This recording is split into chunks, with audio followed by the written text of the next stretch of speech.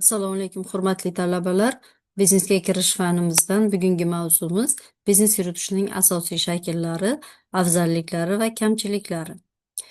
Bu mavzuni quyidagi 3 daraja asosida o'rganamiz. Birinchisi biznes yuritish turlari, ikkinchisi biznes yuritish shakllari hamda uchinchi biznesda qay biri afzal, yolg'izlikmi yoki sherikchilik?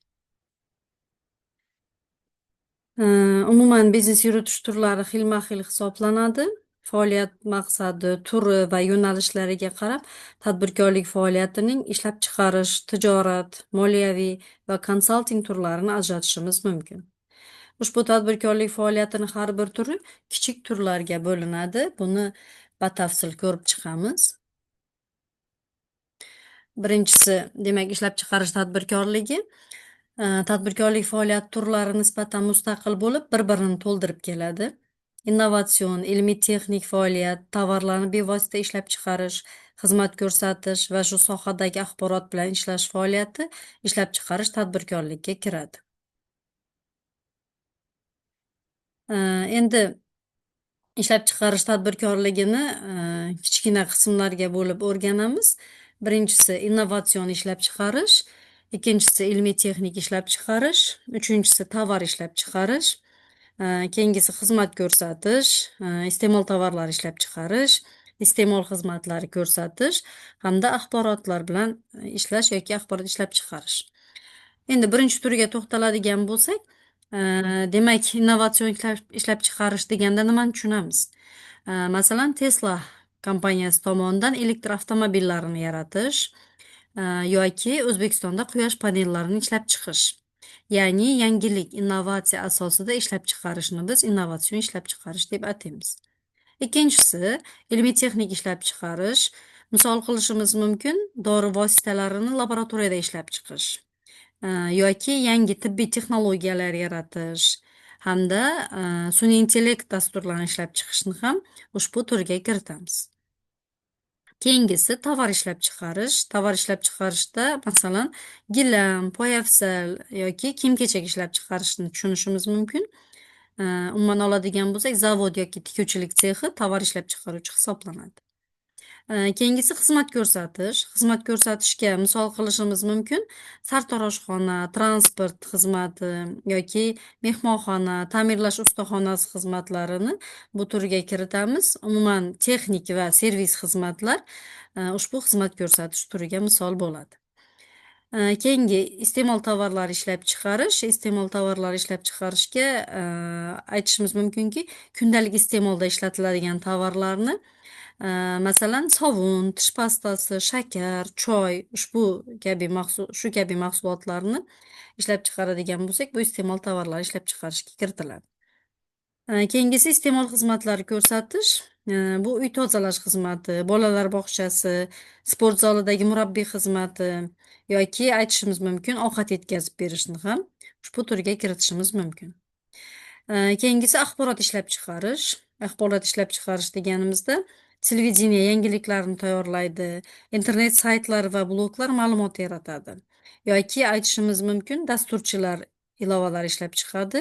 Bular axborot ishlab chiqarish hisoblanadi. Keyingi turi tijorat tadbirkorligi. Tijorat tadbirkorligi faoliyati tovar birjalari yoki savdo tashkilotlari bilan bog'liq bo'ladi. Tovar birjasida o'zaro kelishilgan va rioya qilingan qoidalar asosida savdo operatsiyalarini amalga oshirish uchun tijorat vositalari va ularning xizmatchilari o'z xohishlari bilan birlashadi. Ushbu birjaning maqsadi nimadan iborat? Ya'ni erkin bozorni boshqarish mexanizmini tashkil qilish hamda shu orqali talab va taklifni hisobga olgan holda haqiqiy bozor narxlarini aniqlashdir. Tijorat tadbirkorligini turlariga keladigan bo'lsak, savdo xarid, savdo vositachilik hamda tovar birjalari. Demak, savdo deganda nimani tushunamiz? Misol uchun mahalliy bozorda sabzavot, meva-cheva sotish yoki kiyim-kechak sotishni kiritsak bo'ladi. Savdo xarid, ya'ni savdo xaridda do'kon egasi ishlab chiqaruvchidan, masalan, olishimiz mumkin, sut zavodidan sutni oladi, ya'ni xarid qiladi, uni mijozlarga yetkazadi, mijozlarga sotadi.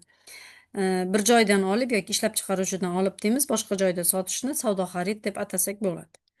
Savdo vositachilikda asosan ular mahsulotni o'zlari sotmaydi, balki sotuvchi va xaridorni bog'laydi. Misol qilishimiz mumkin internetdagi OLX sayti yoki avtoe'lon saytini. Yana misol keltirishimiz mumkin ko'chmas mulk agentligi deymiz. Uy sotuvchisi bilan xaridor o'rtasida vositachi sifatida faoliyat olib boradi. Keyingisi tovar birjalari. Tovar birjalariga misol qilishimiz mumkin O'zbekiston tovar xomashyo birjasini, ya'ni unda paxta, metall yoki neft mahsulotlari yirik hajmda sotiladi. Bu joyda tadbirkorlar o'z mahsulotlarini ulgurji narxda xaridorlarga taklif qiladi. Demak, tovar birjalari haqida mana tovar namunalari xaridor tomonidan oldindan ko'zdan kechirilmagan va tovarlarni minimal partiyasi belgilangan ulgurji tovar bozorining turi hisoblanadi. Tovar birjalari standartlar bo'yicha sotiladigan tovarlar. Masalan, don, ko'mir, metall, neft, yog'ochni doimo faoliyat ko'rsatuvchi ulgurji savdo bozoridir. Shunga o'xshash birjalar barcha iqtisodiy rivojlangan davlatlarda faoliyat ko'rsatib kelmoqda. Misol sifatida aytishimiz mumkin London rangli metall birjasi, Liverpool paxta birjasi, Singapur kauchuk birjasi va boshqa tovar birjalarini misol qilishimiz mumkin. Bu slaydimizda mana birjalarni dastlabki ochilgan paytlari Amsterdamda 1602-yilda birinchi birja, ya'ni bu tovar birjasi yoki bo'lmasa qimmatli qog'ozlar birjasi sifatida faoliyat yuritgan. 1792-yilda ochiq fond birjalari Nyu-Yorkda faoliyat boshlagan hamda 1848-yilda Chikagoda demak birinchi tovar birjasi ochilgan. Tovar birjalari aylanmasining aksariyat qismi bor tovarlar, kassa bitimlari bilan emas, balki kelajakdagi tovarlar yoki tovar yetkazib berish bitimi asosida amalga oshiriladi. Tovar birjalari ochiq yoki yopiq shaklda bo'ladi. Asosan ochiq birjalardagi savdoda faqat brokerlar, ya'ni sotuvchi va xaridor o'rtasidagi vositachilar ishtirok etadi. Ochiq birjalarda esa xohlagan kishi ishtirok etishi mumkin. Tovar birjalari birja operatsiyalari mazmuniga ko'ra real tovar birjalari hamda futures tovar birjalariga bo'linadi. Tovar birjalari asosan qanday funksiyalarni bajaradi degan savolga javob beramiz. Birinchidan savdo bitimlarini tuzishda vositachilik xizmatini ko'rsatadi. Tovar savdosini tartibga soladi, savdo jarayonlarini boshqaradi va savdo mojarolarini hal qiladi. Hamda narxlar to'g'risida, shuningdek, ishlab chiqarish va narxlarga ta'sir qiluvchi turli omillar haqida axborot yig'adi va e'lon qiladi. Endi 3-turiga to'xtaladigan bo'lsak, bu moliyaviy tadbirkorlik hisoblanadi. Moliyaviy tadbirkorlik tijorat banklari va fond birjalari moliyaviy tadbirkorlik uchun faoliyat ko'rsatuvchi maqom bo'lib xizmat qiladi. Mana moliyaviy tadbirkorlik faoliyat turlari haqida batafsil to'xtalamiz, ya'ni bank xizmatlari, sug'urta xizmatlari, auditorlik xizmatlari, lizingli xizmatlar hamda fond birjalari bunga kiritiladi. Masalan, bank xizmatlari deyilyapti. Bu yerda siz masalan uy olish uchun kredit olmoqchisiz. Bank sizga deylik 10 yil muddatga kredit beradi. Siz esa oyma-oy to'lab borasiz. Bu bank xizmatiga misol bo'ladi. Sug'urta xizmatlari, masalan, mashina har oyda yo'lga chiqadi. Agar baxtsiz hodisa bo'lsa, xarajatni sug'urta kompaniyasi to'lab beradi. Yoki sayohatga chiqqaningizda sog'lig'ingizni sug'urta qildirish ham bu turiga misol bo'ladi. Keyingisi lizing xizmatlari. Lizing xizmatlariga misol keltiramiz. Korxona yangi traktor olmoqchi, lekin birdaniga katta puli yo'q. Lizing kompaniyasi traktorni olib beradi, korxona esa uni oyma-oy to'lab boradi va bu traktorning egasiga aylanadi. Auditorlik xizmatlari, ya'ni korxona yil oxirida moliyaviy hisobotni tekshirmoqchi. Buning uchun auditorlar kelib hujjatni tekshiradi va xatolar bo'lsa ko'rsatadi. Bu auditorlik xizmatiga kiritiladi. Endi fond birjalari to'g'risida batafsil to'xtalamiz. Tijorat banki aksiyador turdagi moliyaviy kredit muassasasi bo'lib, asosan pul omonatlari, ya'ni depozitlarni qabul qiluvchi va mijoz ko'rsatmasi bilan boshqa hisob-kitob operatsiyalarini amalga oshiruvchi tijorat tashkilotlariga pullik xizmat ko'rsatadi. Tijorat banklarining daromad manbai depozit, ya'ni jalb etilgan va suda mablag'lari o'rtasidagi farqlardan shakllanadi. Asosan tijorat banklari quyidagi operatsiyalarni bajaradi. Birinchi passiv operatsiyalar, ya'ni buni biz mablag'larni jalb etish deb ataymiz. Ikkinchisi aktiv operatsiyalar, mablag'larni joylashtirish, hamda uchinchi operatsiyasi komission vositachi, ya'ni komission to'lovlari bo'lgan mijozlarni topshiriqlarni bajarish kabi demak operatsiyalarni bajaradi. Kapitalni ko'payishi, aktivlarning haqiqiy narxini aniqlashga qaratilgan qimmatbaho qog'ozlar bozorida fond birjalari faoliyat olib boradi. Demak, fond birjasini faoliyat tamoyili talab va taklifni tezroq tartiblashtirishdan iborat. Fond birjalarida qimmatli qog'ozlarni kotirovkasi o'tkaziladi. Bunga muvofiq birjaning kotirovka bo'limi mutaxassislari birja orqali o'tayotgan barcha qimmatli qog'ozlarni xarid kursi va sotuv kurslarini muntazam ravishda baholab boradi. Joriy kurslar esa doimo chiroqli tabloda yozilib, maxsus byulletenda chop etiladi. Joriy kurslarga binoan shu vaqt, shu birjada ma'lum aksiyalarni sotish yoki sotib olish narxlari aniqlanadi. Mana bu ko'rishingiz mumkin birjalar to'g'risidagi slayd. Endi 4-turi bu konsalting tadbirkorligi hisoblanadi. Ma'lum bir sohada o'z mutaxassisligi bo'yicha yo'l yo'riq ko'rsatuvchi kishiga maslahatchi deyiladi. Ya'ni bu chet ellarda pullik maslahatni biz konsalting deb ataymiz. Iqtisodiyot va boshqaruv bo'yicha Yevropa Federatsiyasi Maslahatchilar assotsiatsiyasining ta'rificha, menejment konsalting boshqaruv bo'yicha muammo va imkoniyatlarni aniqlash, ularga baho berish, tegishli chora-tadbirlar ishlab chiqish va ularni amalga oshirishda xolisona maslahat berish hamda yordam ko'rsatish deb ataladi. Demak, konsalting qanaqa xizmatlarni ko'rsatadi? Demak, umumiy boshqarish bo'yicha maslahat beradi, ma'muriy boshqarish bo'yicha maslahat berishi mumkin, moliyaviy boshqarish bo'yicha, xodimlarni boshqarish bo'yicha, marketing bo'yicha, ishlab chiqarishni boshqarish hamda axborot texnologiyalari bo'yicha, demak, o'z maslahatlarini taklif qilishi mumkin. Endi konsalting xizmatlari bir martalik maslahat ham bo'lishi mumkin, lekin odatda ular konsalting loyiha shaklida bo'lib, quyidagi bosqichlarni qamrab oladi. Demak, birinchi muammolar aniqlanadi, ya'ni diagnostika qilinadi, keyin loyiha ishlab chiqiladi hamda loyiha amalga oshiriladi. Endi maslahat uslublari turli xil bo'lishi mumkin. Masalan, maslahatni 3 turini farqlaymiz: ekspertli maslahat, jarayonli maslahat hamda o'rgatuvchi maslahat. Xo'sh, ekspertli maslahat deganda nimani tushunamiz? Ekspertli maslahat konsaltingning eng passiv shakli hisoblanadi. Ya'ni maslahatni bu turida maslahatchi diagnostika, qaror qabul qilish va ularni joriy etishni mustaqil ravishda amalga oshiradi. Mijoz esa bunday hollarda maslahatchiga kerakli axborotni yetkazib berib turadi. Jarayonli maslahatda loyihani ishlab chiqish bosqichlarida konsalting firma maslahatchilari mijoz bilan faol ish olib boradi. Yuzaga kelgan muammolarni, demak, mijoz bilan hamkorlikda tahlil qiladi, kerakli takliflarni beradi. Hamda 3-turi o'rgatuvchi maslahatda mutaxassislarning asosiy maqsadi g'oyalarni yuzaga kelishi, yechimlar qabul qilish uchun asos tayyorlash. Shu maqsadda mijozlar uchun ma'ruzalar o'qiladi, seminarlar o'tkaziladi, o'quv qo'llanmalar ishlab chiqiladi. Umuman olganda mijozlar kerakli nazariy va amaliy axborotlar bilan ta'minlanadi. Demak, birinchi rejamizdagi ma'lumotlar shulardan iborat edi. Endi ikkinchi rejamizga o'tamiz, ya'ni biznes yuritish shakllari.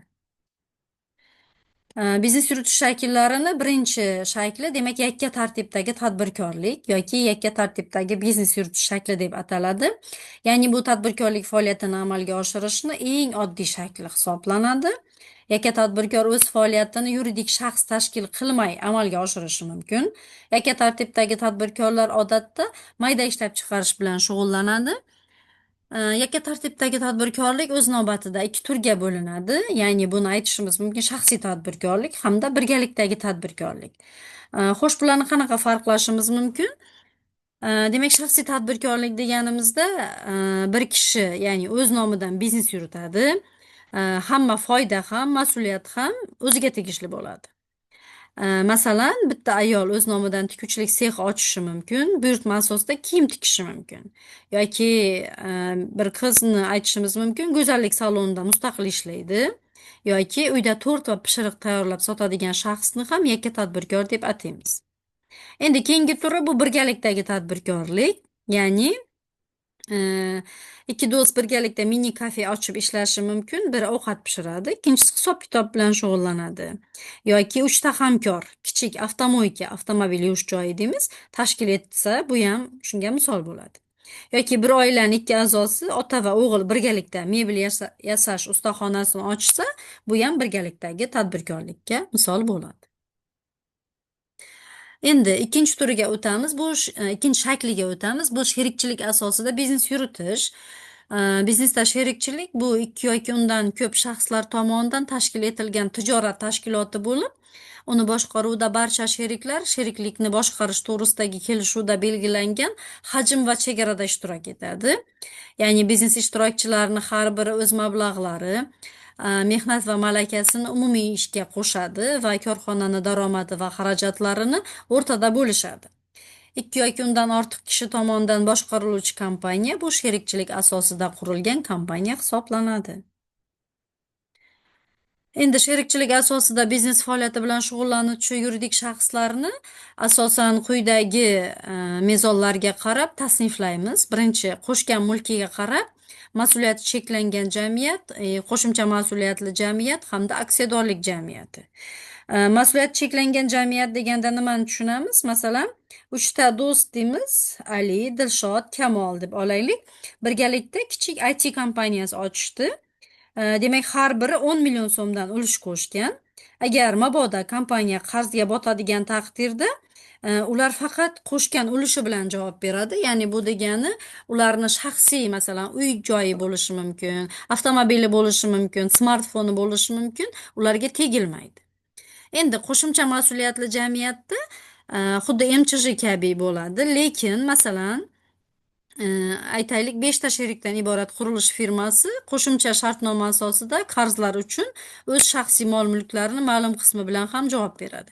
Ya'ni bu vaqtda xuddi yuqoridagiga o'xshab, agar qarzdorlik bo'lib qoladigan bo'lsa, ularni qo'shgan mol-mulkidan tashqari ularni shaxsiy mulkiga ham, masalan, uy joyi deymiz, avtomobil deymiz, o'shalarga ham demak qaratiladi. Ularni ham agar to'laydigan bo'lgan paytida qo'shib to'lashiga demak qaratiladi. Endi keyingisi aksionerlik jamiyati. Aksionerlik jamiyati bunda demak har bir shaxs deymiz, aksiya sotib oladi hamda shu orqali ulushga ega bo'ladi.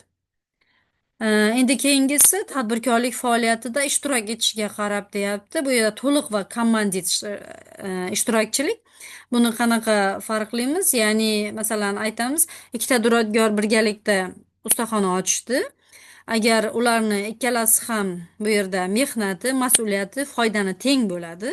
Qarz bo'lgan holda, demak ular birgalikda hamma mol-mulki bilan javob beradi.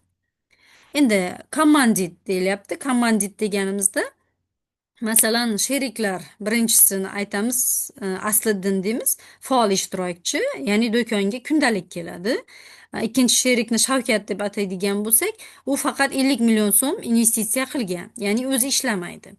Endi Shavkat faqat qo'shgan mablag'i miqdorida javobgar, Asliddin esa to'liq javobgar hisoblanadi. Keyingisi o'z mehnati bilan shaxsan ishtirok etishiga ko'ra ishlab chiqarish kooperativi va dehqon xo'jaligi. Demak, ishlab chiqarish kooperativiga misol keltiradigan bo'lsak, masalan 10 nafar tikuvchi birlashib, kelajak tikuvchilar kooperativini ochishdi deylik.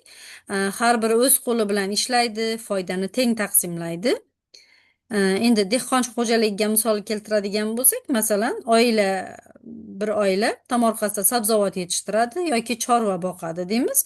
Oila a'zolari demak bevosita birgalikda mehnat qiladi.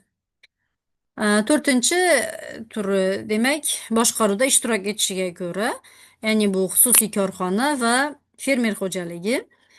Xususiy korxona deganda, masalan, bir qiz, Aziza deb olaylik, go'zallik salonini o'zi ochadi va o'zi boshqaradi. Endi fermer xo'jaligi, bu yerda bir oila 50 gektar yerda g'alla yetishtiradi. Ya'ni fermer xo'jaligi rahbari boshqa hamma boshqaruvni o'zi amalga oshiradi. Endi qo'shma korxona deganda nimani tushunamiz? Ya'ni bu xorijiy investitsiyalar asosidagi korxonalar hisoblanadi. Ta'sis shartnomalari asosida tashkil etiladigan tadbirkorlik huquqi subyektlari orasida qo'shma korxonalar alohida o'rin egallaydi. Qo'shma korxonalar yangidan tashkil etiladigan korxonalar, ya'ni O'zbekiston Respublikasi Adliya vazirligida va uning hududiy organlarida davlat ro'yxatidan o'tkazilishi lozim bo'lgan xorijiy sarmoyalar ishtirokidagi korxonalar jumlasiga kiradi. Ya'ni birinchidan, korxonaning nizom jamg'armasi 150 ming AQSh dollariga teng summadan kam bo'lishi mumkin emas. Ikkinchi, korxona ishtirokchilaridan biri albatta xorijiy yuridik shaxs bo'lishi shart. Uchinchi, xorijiy sarmoyalar ulushi korxona nizom jamg'armasini kamida 30% tashkil etishi zarur. Aksiyadorlik jamiyati bu jismoniy shaxslar kapitallarining birlashuvi bo'lib, u aksiyalar chiqarish yo'li bilan tashkil etiladi. Jamiyat jamlagan kapitaliga qarab maxsus qimmatli qog'oz aksiya chiqariladi. Aksiyani olganlar hissadorlarga aylanishadi va foydadan o'z hissasini, dividendni olib turadilar.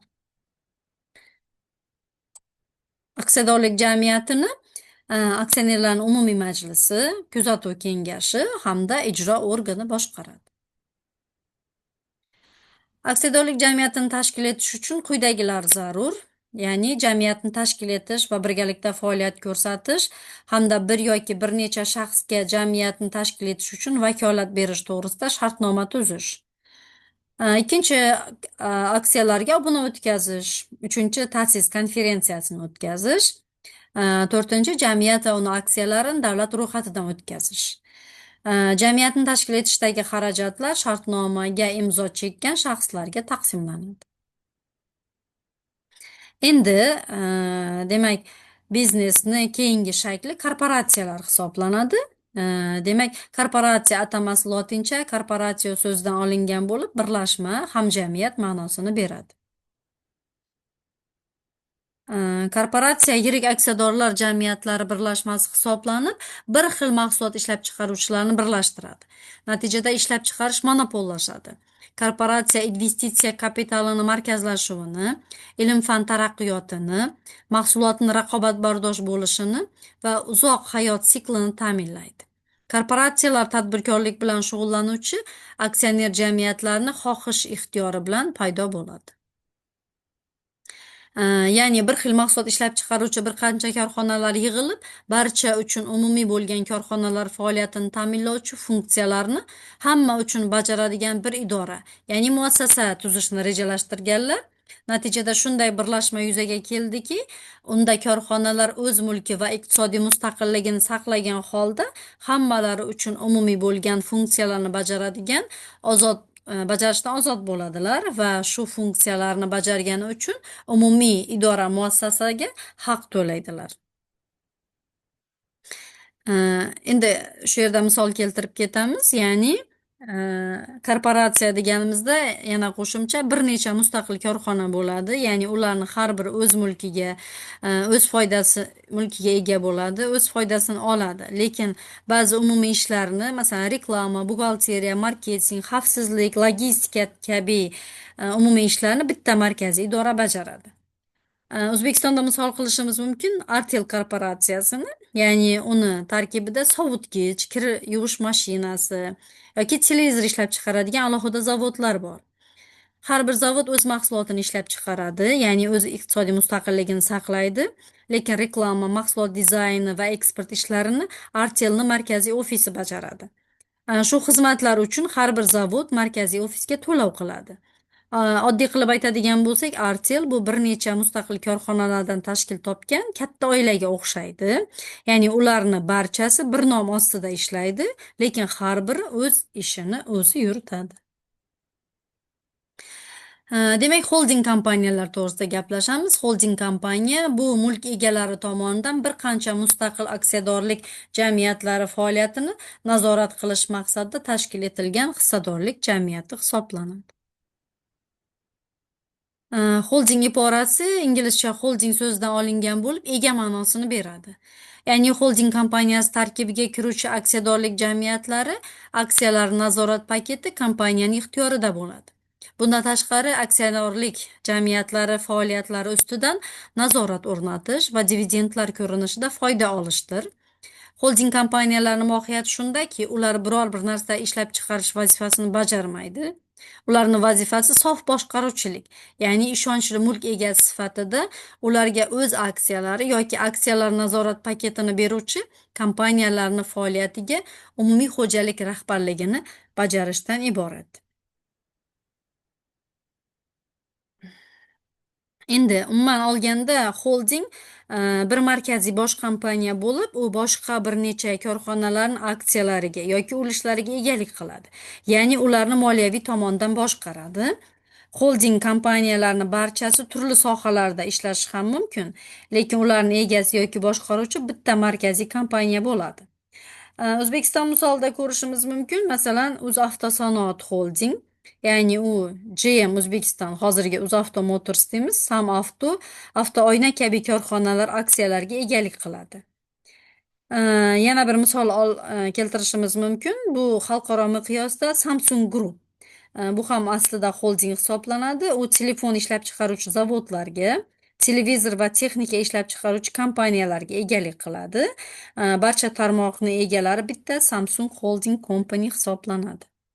Endi holdinglarni asosan ikki turga bo'lishimiz mumkin. Bu moliyaviy holding hamda aralash holding.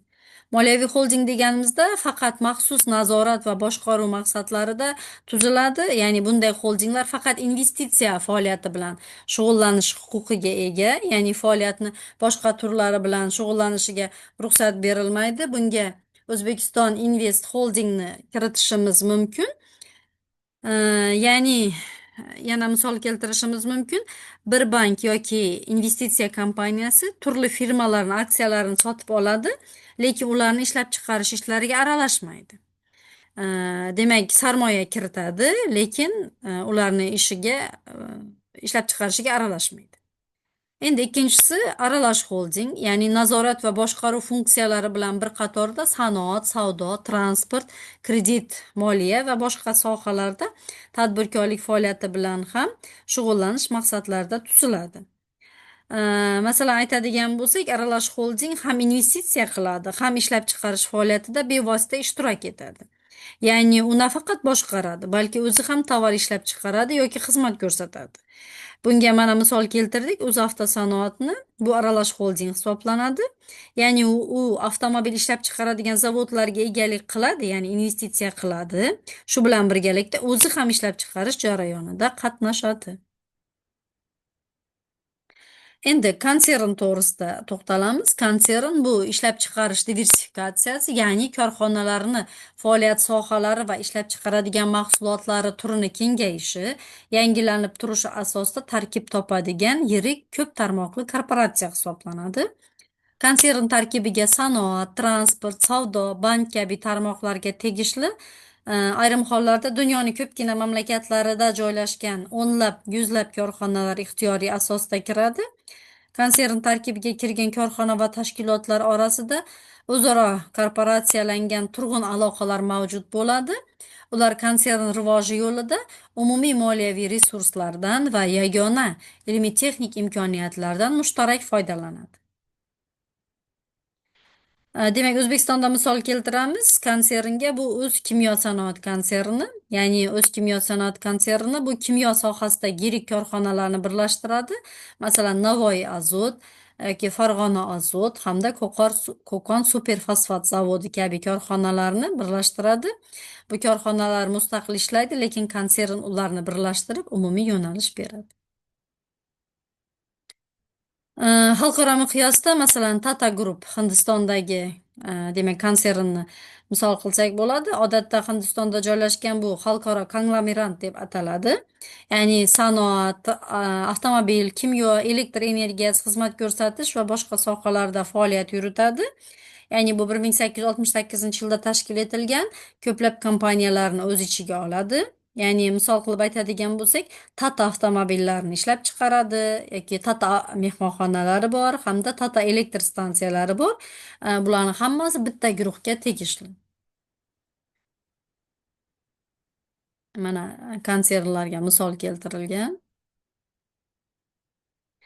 Endi konsorsium to'g'risida tushuncha beramiz. Konsorsium bu aniq iqtisodiy loyihalarni amalga oshirishni maqsad qilgan korxonalarning muvaqqat birlashmasidir.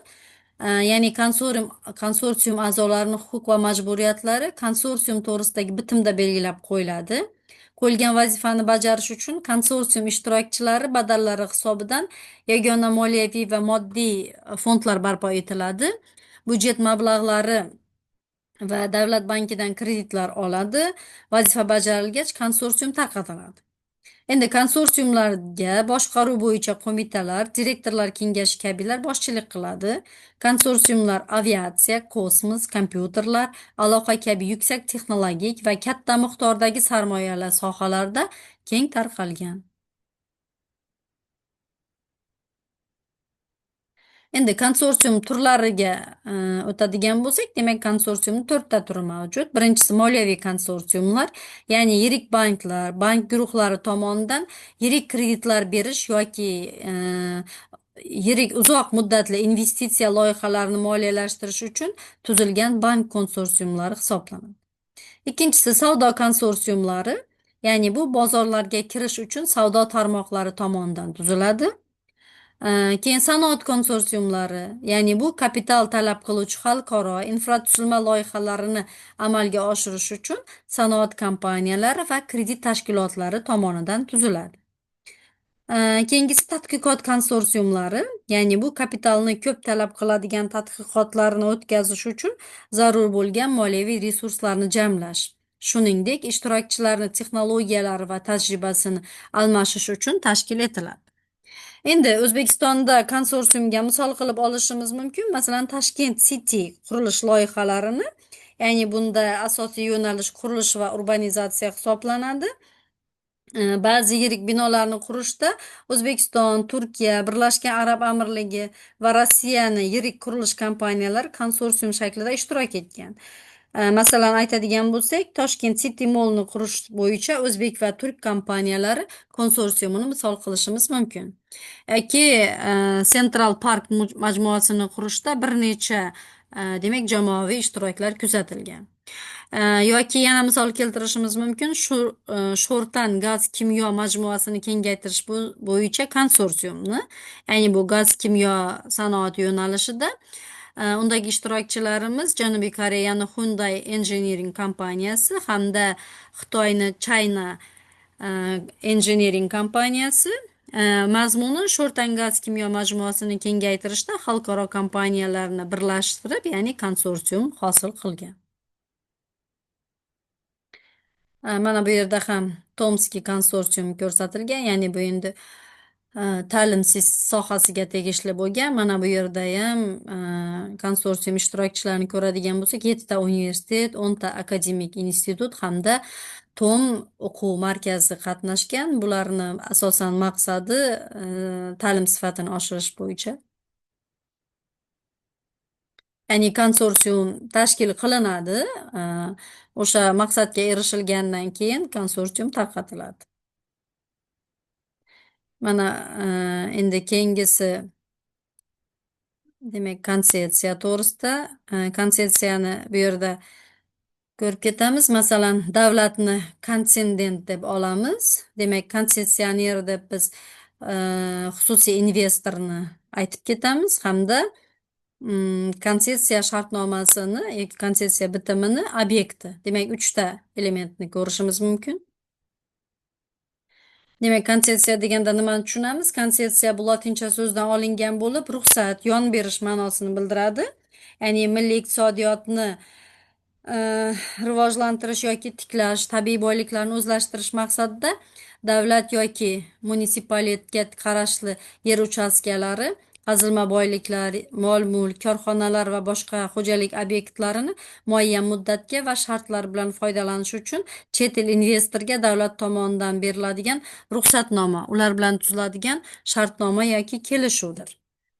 Endi konsessiyaga demak misol qilishimiz mumkin. Masalan, gaz sohasini bu yerda asosan ishtirokchi Lukoil Rossiya kompaniyasi hisoblanadi. Endi buni mazmuni gaz konlarini qidirish, qazib olish, qayta ishlash.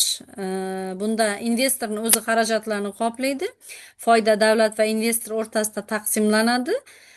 Demak, bu konsessiya shartnomasi 35 yil amal qiladi. Ya'ni bu yerda davlat investorga beryapti davlat mulkini. Demak, ma'lum muddatga beryapti. Mana 35 yilga deyapti.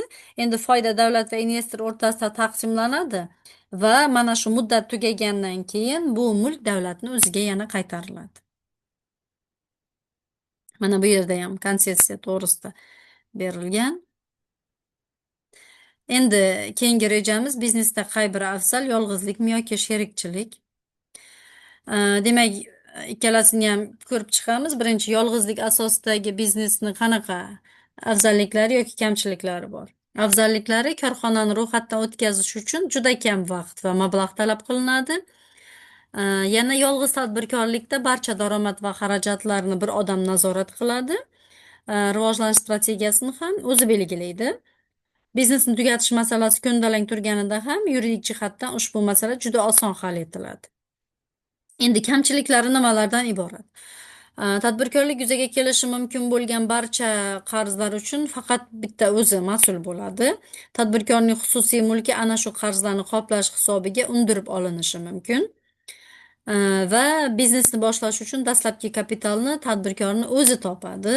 Boshlang'ich kapitaldan tashqari biznesni kengaytirish uchun mablag'larni ham izlab topish tadbirkorning o'zini zimmasiga tushadi. Tadbirkor ko'rgan daromaddan ozginagina bahra olgan bo'lishi bilan birga barcha tanbehlarni ham yakka o'zi eshitadi.